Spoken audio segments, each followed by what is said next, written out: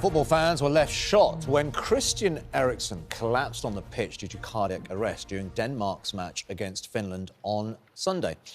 He's now recovering in hospital, thankfully, after his life was saved by the quick thinking of his teammates and medics. It's encouraged many people to learn CPR. Currently, 1 in 3 people in England give CPR when they witness an incident. But to increase those numbers, NHS England and St John's Ambulance are hoping to train an extra 60,000 people in the life-saving skill. Well, we're joined now by England's National Medical Director, Professor Stephen Powis, and the comedian Ted Robbins. Now, Ted, you collapsed on stage during a live performance back in 2015, and it was because of CPR that you're still with us. It certainly was, Susanna and Adele, and great to see you both this morning. I must just quickly say, last time I saw you, you were sporting a magnificent beard. That's Adele, not Susanna. And I'm just proving I'm still here, still working, folks. Good to clarify that. It was the opening. It was the opening night of Phoenix Nights for Red Nose, a comic relief day. Big action, audience full of Richard Curtis and Sir Lenny Henry and John Bishop and Jason Manford and my family. I was due to have some heart surgery. I managed to convince the medics that I was okay, typical me, and really I should have been in hospital. So a load of things combined. And on the night, I just came up out of the trap door as the evil Den Perry.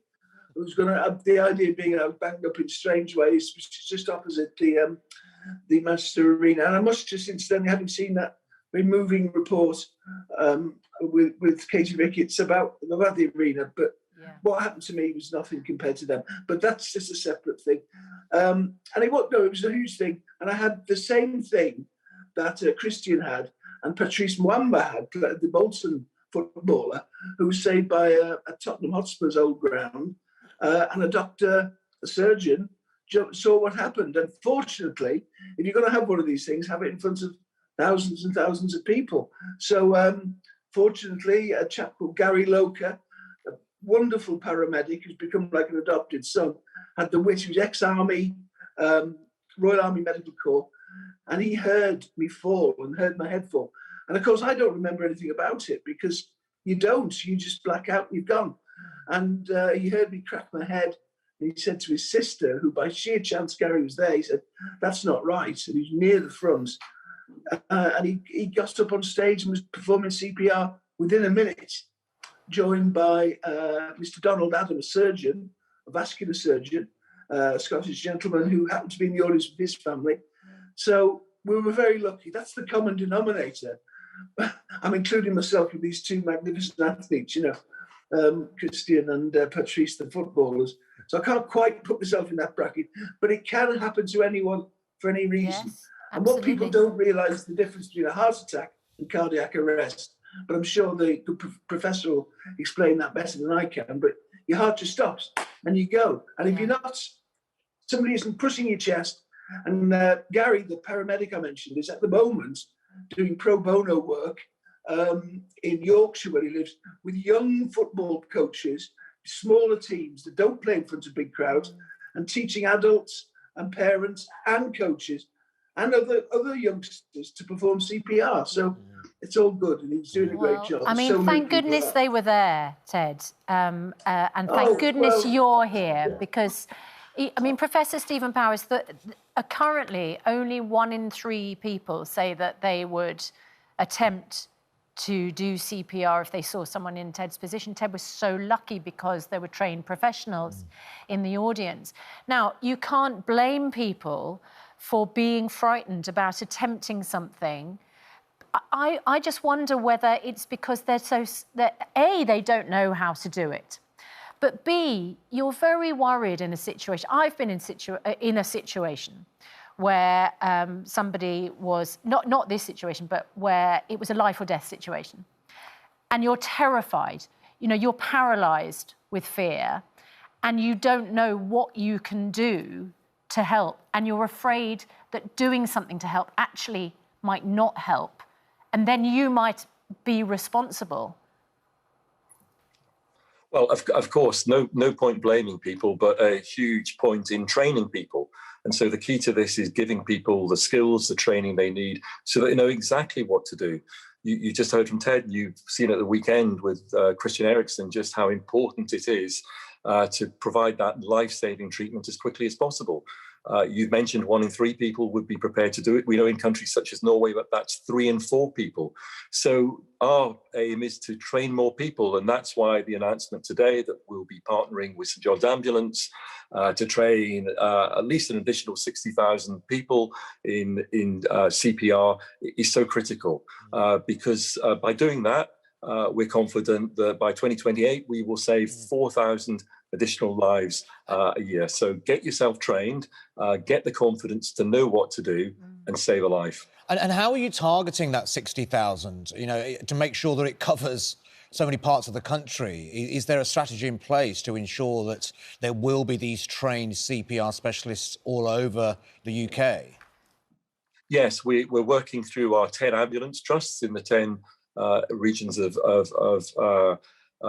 England, and St John will be putting at least 30 trainers, volunteer trainers, into those areas. So spread throughout the country, as you say, really important. Yeah. And what about defibrillators, Professor? Because yes, CPR can help, and as we've seen, saves lives, but so do defibrillators. And should they be something that are much more broadly spread and much more easily accessible?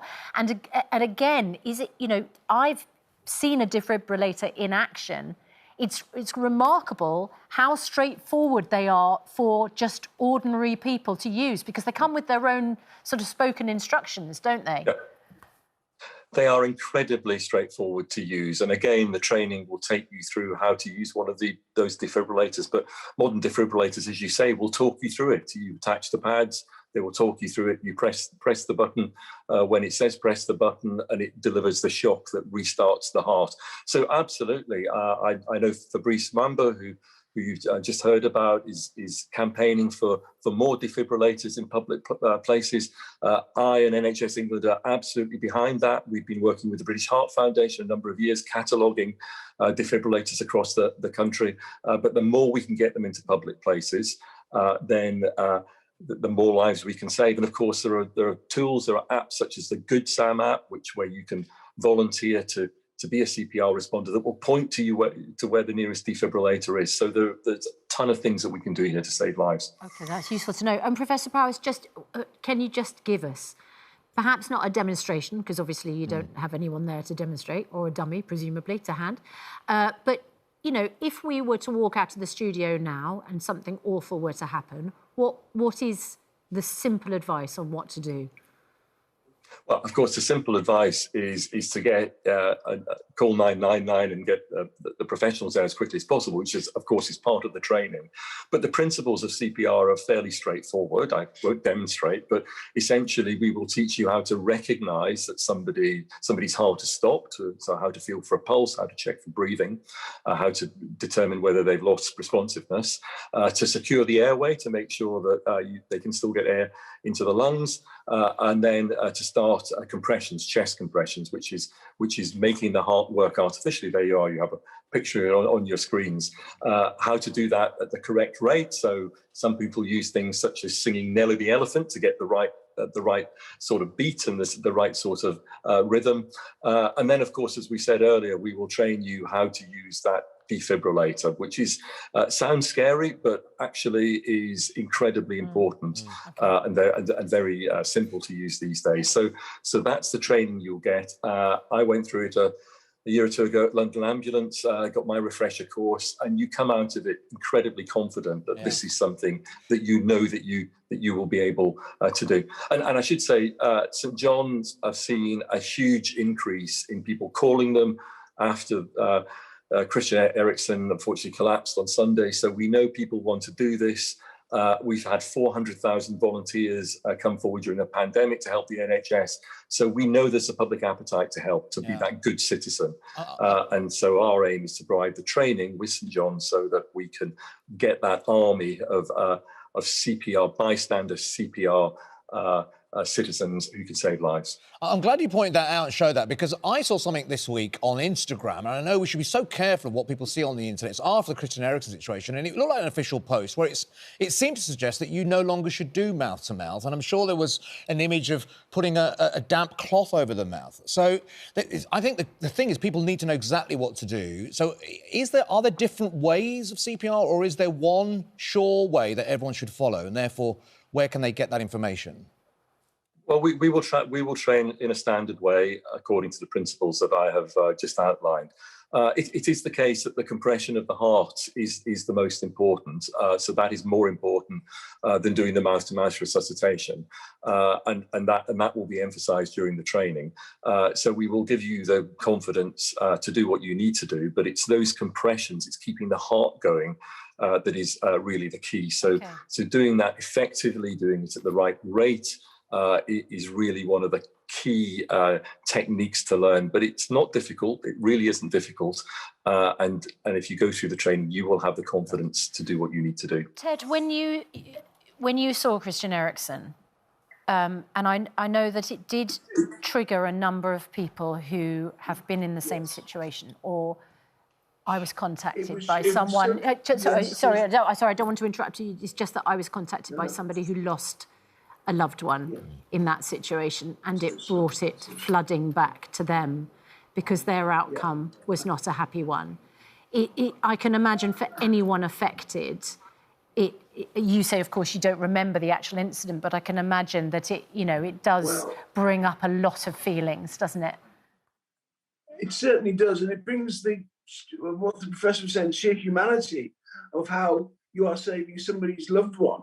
And I don't know whether the professor can back me up, but I heard a statistic that, ironically, somewhere, one of the Scandinavian countries, it might even be Finland, secondary school children are taught it as part of the curriculum.